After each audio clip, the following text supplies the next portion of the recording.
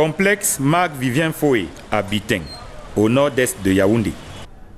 Une messe d'action de grâce est célébrée à la mémoire du footballeur décédé le 26 juin 2003. Marc-Vivien Foé, Marc a toujours vu à ton fils un sauveur plein de bonté. L'Église nous apprend, plus nous prions pour nos morts, plus ils sont en paix là-haut. Alors il était très important. Ce n'est pas seulement aujourd'hui. Aujourd'hui est spécial, mais d'habitude, il faut toujours inscrire les messes pour les morts. Alors aujourd'hui, il fallait qu'on le fasse.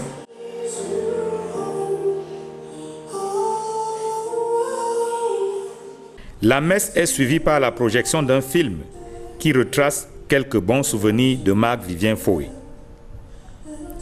La commémoration des 20 ans du décès de Marc-Vivien Foé se déroule dans un complexe inachevé. Les bâtiments sont vétustes. La piscine attend toujours d'être remplie d'eau.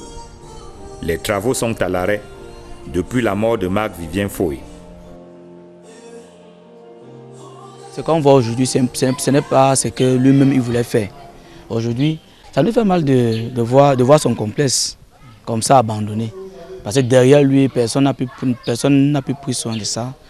Prévu pour être le stade de football du complexe, cette surface sert plutôt de terrain d'entraînement à quelques petites académies.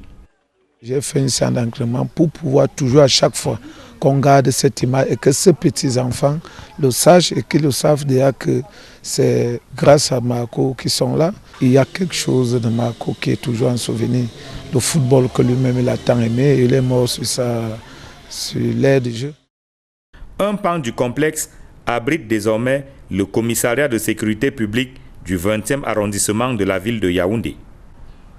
L'autre pan abrite le centre de formation des sciences de santé Marc-Vivien Foé, une création de Marie-Louise, l'épouse du défunt footballeur. En créant cette institution, j'estime que je sois là ou pas, les enfants prendront le relais à un moment donné. Ainsi de suite jusqu'à ces petits-enfants, arrière-petits-enfants. Et c'est comme ça que les gens sauront qui a existé. Parce que lorsque vous avez un établissement scolaire et qui porte un nom et vous en parlez, les gens chercheront à savoir qui était Marc-Vivien Foé. C'est ma façon à moi de faire en sorte que sa mémoire reste vivante, si je peux dire. 20 ans après, Marie-Louise Foé se bat toute seule à achever la construction du complexe entamé par son défunt mari.